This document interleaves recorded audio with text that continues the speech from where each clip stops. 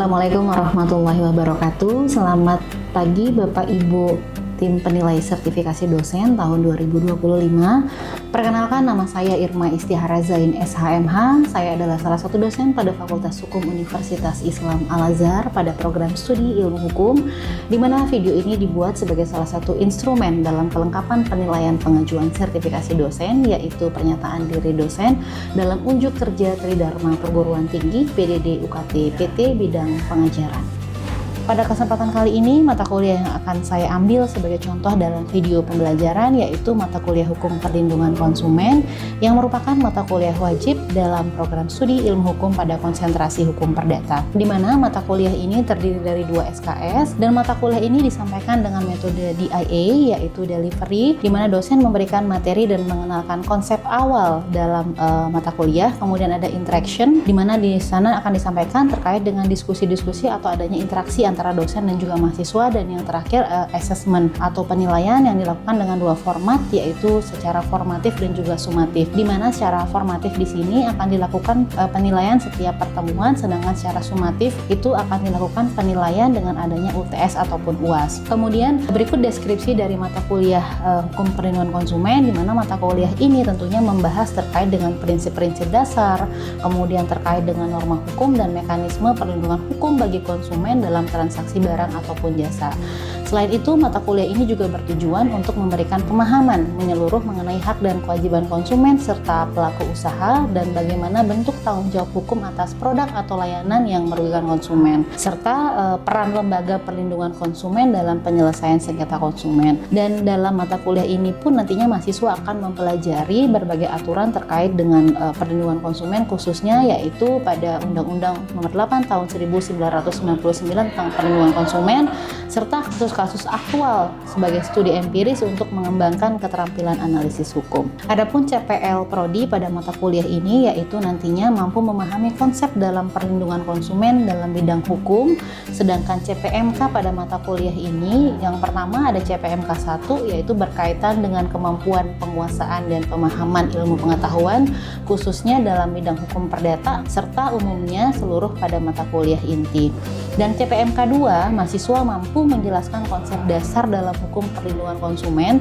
Kemudian pada CPMK 3, mampu mengidentifikasi mekanisme penyelesaian sengketa konsumen. Dan pada CPMK 4, mahasiswa mampu menganalisis kasus-kasus hukum yang berkaitan dengan hukum perlindungan konsumen. Selanjutnya, beberapa bahan kajian dalam mata kuliah ini. Yang pertama tentu adanya pembahasan RPS, kemudian kontrak perkuliahan, serta pembahasan umum terkait dengan hukum perlindungan konsumen. Kemudian yang kedua, di sana ada pengertian konsumen, kemudian pelaku usaha, serta apa itu hukum perlindungan konsumen. Dan yang ketiga adanya asas-asas terkait dengan hukum perlindungan konsumen. Kemudian yang keempat hak-hak konsumen menurut UU PK dan kewajiban konsumen menurut UU PK. Kemudian yang kelima hak dan kewajiban pelaku usaha. Yang keenam terkait dengan klausula baku. Yang ketujuh hukum perlindungan konsumen dalam hukum positif di Indonesia serta berbagai peraturan terkait dengan hukum perlindungan konsumen itu sendiri. Kemudian yang temuan ke-8 yaitu penyelesaian sengketa konsumen di luar dan di dalam pengadilan serta bagaimana bentuk ganti kerugiannya. Kemudian yang ke-9 ada manfaat dan fungsi dari pembinaan dan pengawasan produk larangan. Kemudian yang ke-10 perbuatan dan pertentangan dengan persaingan sehat. Kemudian aspek-aspek dalam perlindungan konsumen lainnya. Kemudian yang ke-11 terkait dengan pelanggaran hak konsumen. Kemudian yang ke-12 terkait dengan periklanan dan perlindungan konsumen dan tujuan dari makna iklan serta aspek perlindungan konsumen seperti apa. Dan yang ke-13 terkait dengan tugas dan wewenang dari Badan Penyelesaian Sengketa Konsumen dan tata kerjanya seperti apa. Dan yang ke-14 terkait dengan Yayasan Lembaga Konsumen Indonesia YLKI, kemudian ada Badan Perlindungan Konsumen Nasional atau BPKN dan Lembaga Perlindungan Konsumen Swadaya Masyarakat LPKSN serta terkait dengan BPSK. Itu merupakan bahan kajian yang nantinya akan dibahas dalam mata kuliah ini. Selanjutnya ada beberapa referensi yang kemudian nantinya akan kita gunakan, ada namanya referensi utama dan juga ada referensi pendukung. Kalau referensi utama di sini ada dari Azet Nasution terkait dengan hukum perlindungan konsumen, kemudian ada bukunya Gunawan Gunawan Wijaja terkait dengan hukum tentang perlindungan konsumen, kemudian buku Sidarta terkait dengan hukum perlindungan konsumen Indonesia, kemudian bukunya Zulham terkait dengan hukum perlindungan konsumen juga, ada buku dari Abdul Haris Hamid hukum perlindungan konsumen, kemudian buku dari Kurniawan terkait dengan hukum perlindungan konsumen, dan ada juga buku ajar yang saya tulis sendiri, yaitu berkaitan dengan alternatif dispute resolution atau alternatif penyelesaian sengketa di luar pengadilan antara konsumen dan pelaku usaha UMKM melalui Badan Penyelesaian Sengketa Konsumen atau BPSK. Kemudian referensi pendukungnya yaitu ada beberapa artikel yang saya gunakan, kemudian ada juga undang-undang, tapi yang menjadi poinnya adalah Undang-Undang Nomor 8 Tahun 1999 tentang perlindungan konsumen. Kemudian ada jurnal saya terkait dengan kewenangan BPSK dalam menangani sengketa pada sektor jasa keuangan. Kemudian ada jurnal saya juga terkait dengan ADR atau Alternative Dispute Resolution yang berkaitan dengan penyelesaian sengketa melalui Badan Penyelesaian Sengketa Konsumen. Dan yang terakhir terkait dengan komposisi atau sistem penilaian, tentunya di sini ada beberapa aspek. Yang pertama, keaktifan itu 10%, kemudian UTS-nya 25%, UAS-nya 25%, tugas 10%, dan kehadiran 30%. Baik, mungkin langsung saja berikut video proses pembelajaran pada mata kuliah Hukum Perlindungan Konsumen pada pertemuan kedua. Terima kasih. Baik, bismillahirrahmanirrahim. Assalamualaikum warahmatullahi wabarakatuh. Waalaikumsalam warahmatullahi wabarakatuh. Alhamdulillah kita bertemu kembali ya dalam mata kuliah Hukum Perlindungan Konsumen pada pertemuan kedua. Namun dalam pertemuan kali ini tentu untuk mengawali hari kita harus berdoa agar nantinya apa yang saya sampaikan, apa yang kalian terima itu membawa berkah ya. Untuk doa kali ini saya minta dipimpin oleh Sukron. Silahkan Sukron. Agar lebih berkahnya belajar pada pagi hari ini, marilah kita berdoa untuk keyakinan masing-masing. Mulai.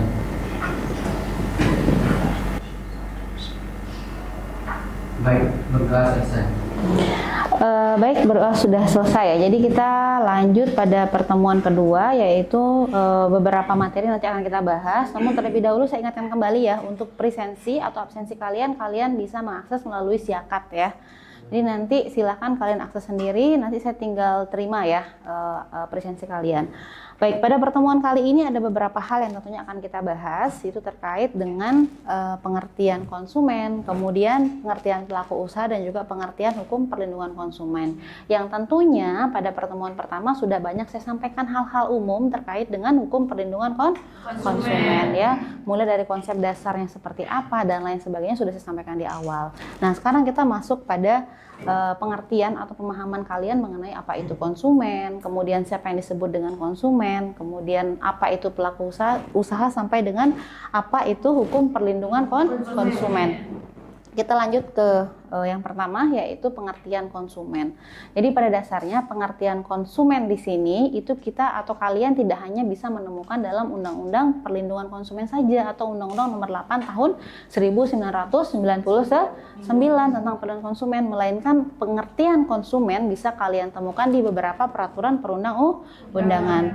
Di mana di sini bisa kalian lihat yang pertama ada Undang-Undang Nomor 14 Tahun 1992. Itu berkaitan dengan lalu lintas dan angkutan jalan. Dia mengistilahkan konsumen sebagai pengguna jasa ya. Kemudian yang kedua Undang-Undang Nomor 23 Tahun yang telah diubah dengan Undang-Undang Nomor 36 Tahun 2009 tentang kesehatan. Dia mengistilahkan konsumen sebagai pemakai atau setiap orang ya. Pemakai, kemudian pengguna atau pemanfaat jasa kesehatan itu disebut sebagai konsumen. Yang berikutnya yang ketiga, Undang-Undang Nomor 5 Tahun 1999 tentang larangan praktek monopoli dan persaingan usaha tidak sehat. Dia mengistilahkan konsumen sebagai pengguna barang dan atau jasa. Ya. Berikutnya, kita Undang-Undang Hukum Perdata, dia mengistilahkan apa? Konsumen itu sebagai penerima hibah, apalagi penyewa, pembeli, peminjam ya. Oke, jadi itu beberapa istilah konsumen yang ditemukan di beberapa peraturan perundang-undangan yang memang notabene-nya mereka tidak mengistilahkan dengan istilah konsumen saja, tapi kalian bisa mengenal dengan istilah pengguna jasa, kalian bisa mengenal dengan istilah penerima hibah, pembeli, penyewa, ya. Kemudian apalagi pemanfaat jasa, itu adalah sebagai salah satu bentuk atau dia bisa dikatakan sebagai konsumen. Lanjut. Berikutnya, secara harfiah bisa kita temukan atau kita bisa melihat bahwa istilah konsumen itu adalah lawan dari produsen, ya. Jadi setiap orang yang menggunakan barang, lagi-lagi ada kata menggunakan, ya. Nah, berikutnya dalam Kamus Bahasa Inggris Bahasa Indonesia di sana diistilahkan konsumen itu sebagai pemakai, ya. Nah, yang terakhir kita Undang-Undang Hukum Dagang, dia mengistilahkan konsumen sebagai tertanggung dan penanggung. Jadi sejauh ini bisa kita lihat bahwa oh ternyata istilah konsumen tidak hanya kita istilahkan dengan kata konsumen saja, tapi kita bisa mengistilahkan atau kalian mungkin nanti bisa mendengar oh ada pengguna jalan, oh ada pengguna jasa, apalagi oh ada penyewa, oh ada penanggung, apalagi ada penerima hibah, ada pemakai, itu adalah istilah dari konsumen. Nah, jadi di sini kalau kalian lihat di sini ada saya hanya mengutip 2 ahli saja, ya. Itu dia menyebutkan istilah konsumen dengan beberapa istilah. Yang pertama ada dari Innocentius. Dia mengatakan bahwa konsumen itu adalah pengguna atau pemakai akhir. Dari apa? Dari barang dan jasa tentunya, ya. Nah, kemudian kalau yang kedua, di sini dia menyebutkan bahwa konsumen itu adalah semua individu, semua orang bisa dikatakan sebagai konsumen, ya, selama dia menggunakan intinya, gitu ya. Selama dia menggunakan, selama dia memakai barang, maka dia bisa dikatakan sebagai seorang konsumen. Oke, jadi sejauh ini kalian sudah ada gambaran terkait dengan apa sih itu konsumen dan siapa saja kira-kira yang bisa kita katakan sebagai konsumen, gitu intinya, ya. Oke. Lanjut.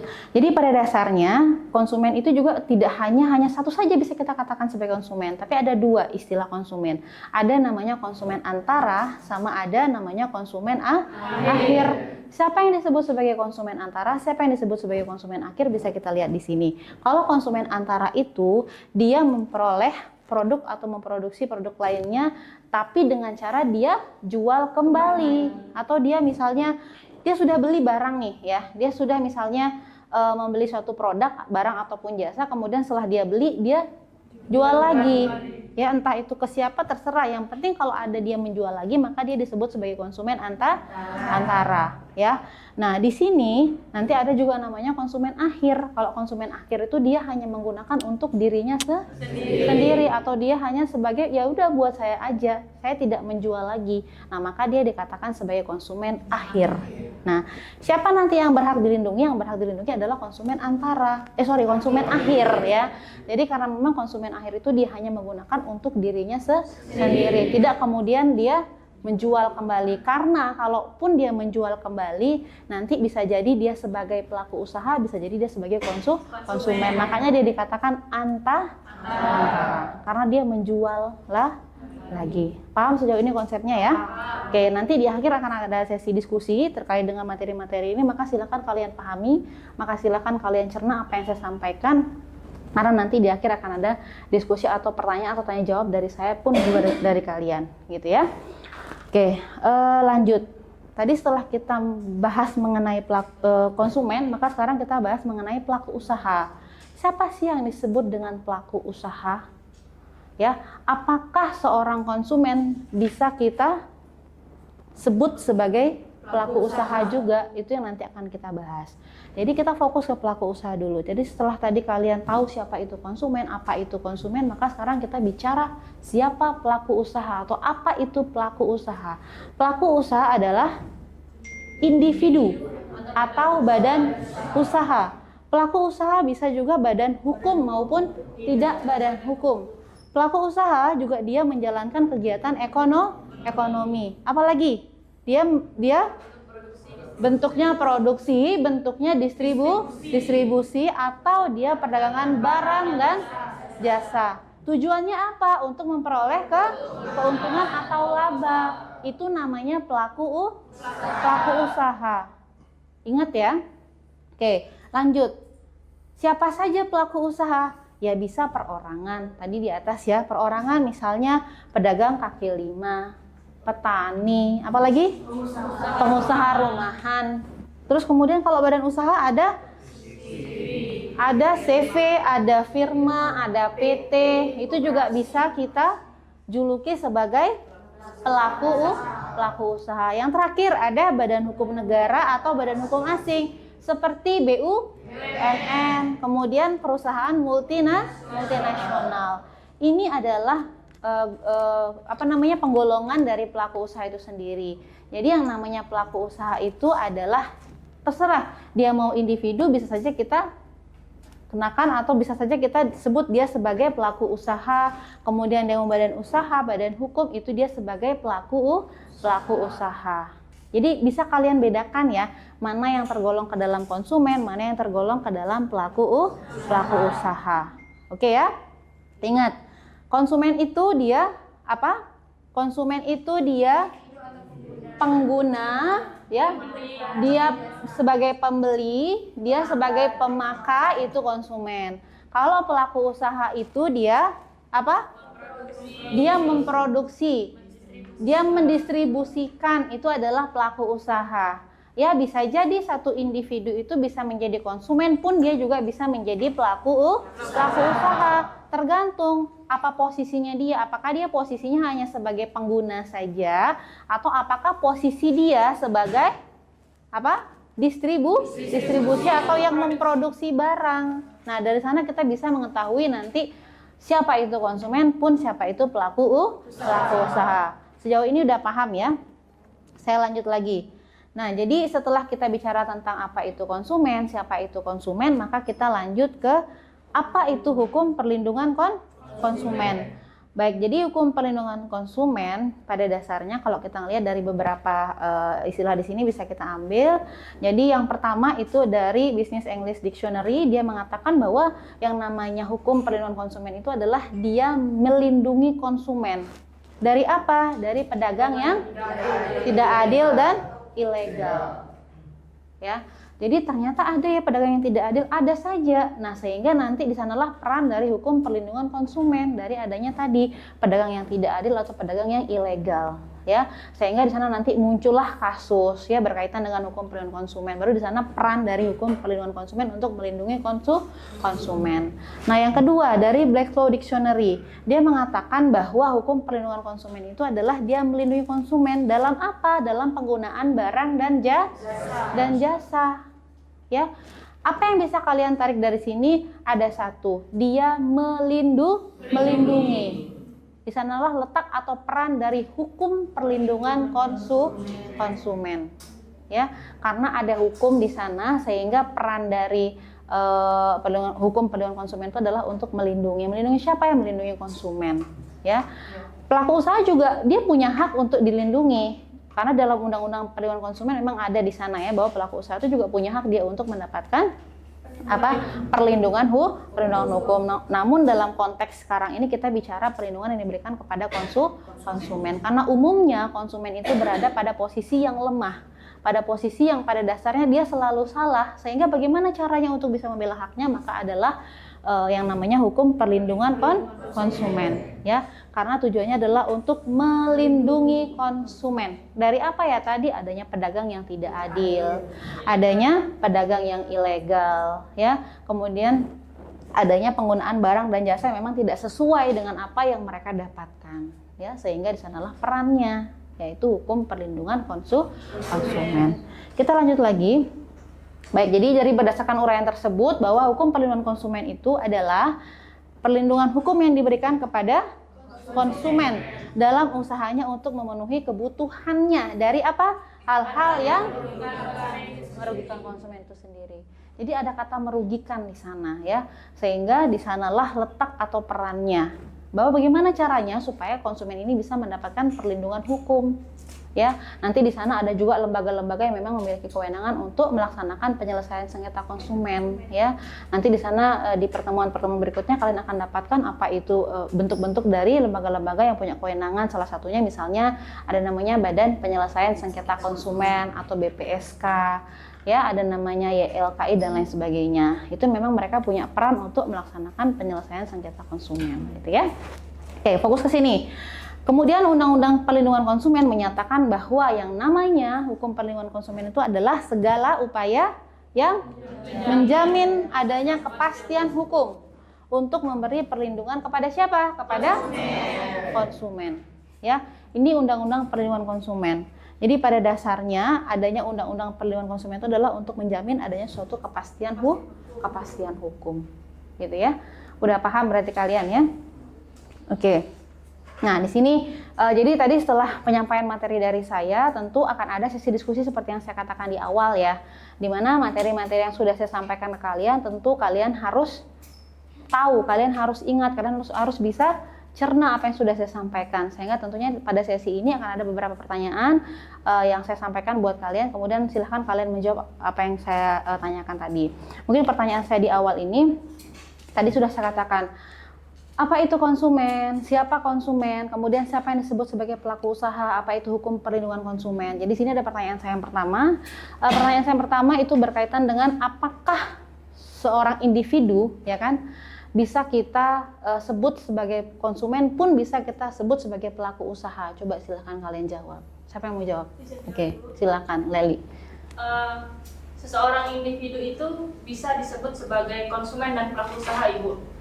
Individu itu akan disebut sebagai konsumen jika individu itu pada saat menggunakan atau membeli barang atau jasa. Kemudian individu itu akan disebut sebagai pelaku usaha ketika dia menghasilkan produksi, atau menjual jasa atau barang kepada orang lain atau konsumen. Oke, berarti pada intinya seseorang itu bisa kita katakan sebagai konsumen, pun bisa kita katakan sebagai pelaku usaha.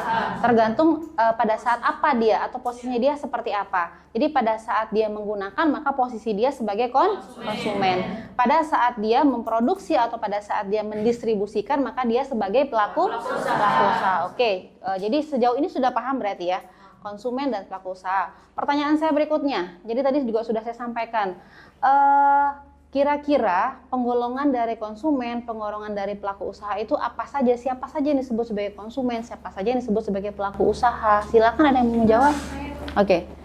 Berdasarkan klasifikasi yang telah diterangkan oleh Ibu dari para ahli dan jurnal yang dilampirkan, konsumen itu merupakan individu atau pengguna yang membeli atau memakai barang atau jasa. Sedangkan pelaku usaha merupakan produsen atau distributor yang dalam hal ini meliputi individu atau badan usaha atau badan hukum yang menyediakan atau menjual suatu barang atau memiliki suatu jasa.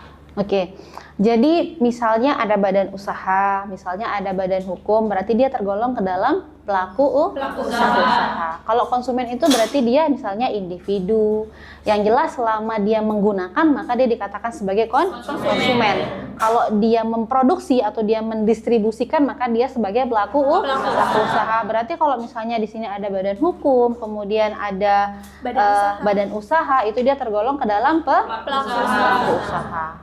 Paham berarti ya? Ya. Oke. Jadi sudah 2 pertanyaan, satu lagi pertanyaan ya. Pertanyaan saya yang terakhir itu berkaitan dengan konsumen antara dan konsumen akhir. Tadi saya katakan di awal, penggolongan konsumen itu pada dasarnya tidak hanya satu yang bisa kita temukan atau kalian pahami, tapi ada namanya konsumen antara sama ada namanya konsumen akhir.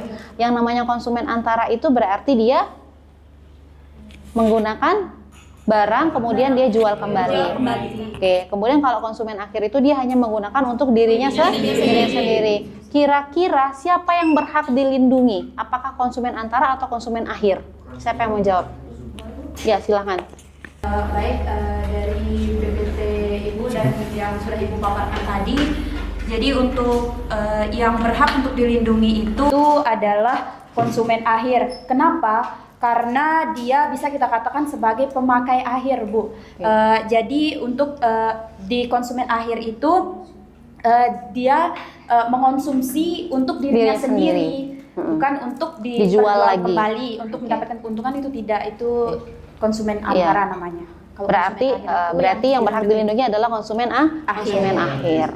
Oke, jadi jawaban dari Siska bagus ya. Memang pada dasarnya seperti yang saya katakan di awal, bahwa yang berhak kita lindungi adalah konsumen akhir. Karena apa? Dia hanya menggunakan barang hanya untuk dirinya sendiri, tidak kemudian untuk dijual kembali atau didistribusikan kembali. Karena pada dasarnya yang namanya pelaku usaha, balik lagi kita ke pelaku usaha ya, kalau dia mendapatkan keuntungan maka pelaku usaha namanya. ya. Tapi kalau dia hanya menggunakan hanya untuk dirinya sendiri, maka konsumen namanya, ya.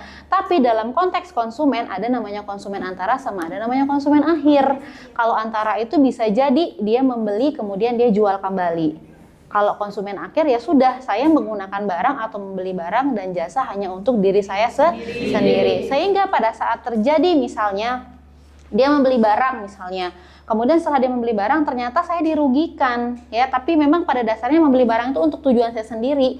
Nah, itulah yang kemudian berhak untuk diberikan perlindungan karena dia sebagai konsumen akhir pada dasarnya, tidak sebagai konsumen antara. Karena konsep dari hukum perlindungan konsumen pada intinya adalah dia melindungi. Melindungi siapa? Melindungi konsumen, ya. Sehingga kita bisa ambil kesimpulan bahwa hukum perlindungan konsumen itu adalah salah satu upaya untuk memberikan perlindungan, ya, untuk memberikan suatu kepastian hukum kepada konsumen. Ketika ya kan hak-haknya dilanggar, memang pada dasarnya dalam Undang-Undang Perlindungan Konsumen ada kok Bu hak untuk pelaku usaha juga diberikan perlindungan hukum, memang benar. Tapi dalam konteks Undang-Undang Perlindungan Konsumen yang dikatakan sebagai hukum perlindungan konsumen itu adalah upaya untuk melindungi konsumen. Dari apa ya tadi? Dari adanya pelaku usaha yang tidak adil, kemudian pelaku usaha yang ilegal, kemudian pelaku usaha yang dalam menjual barangnya itu tidak secara transparan, ya, atau dia memberikan misalnya informasi kepada konsumen secara jujur, secara baik dan secara benar. Jadi itulah konsep dari hukum perlindungan konsumen, ya. Baik, mungkin untuk pertemuan kali ini saya cukupkan ya. Jadi silahkan nanti kalian baca kembali supaya pada pertemuan berikutnya kalian juga ingat ya apa yang sudah saya sampaikan tentunya. Mungkin saya cukupkan untuk pertemuan hari ini, kurang lebihnya saya mohon maaf. Wassalamualaikum warahmatullahi wabarakatuh.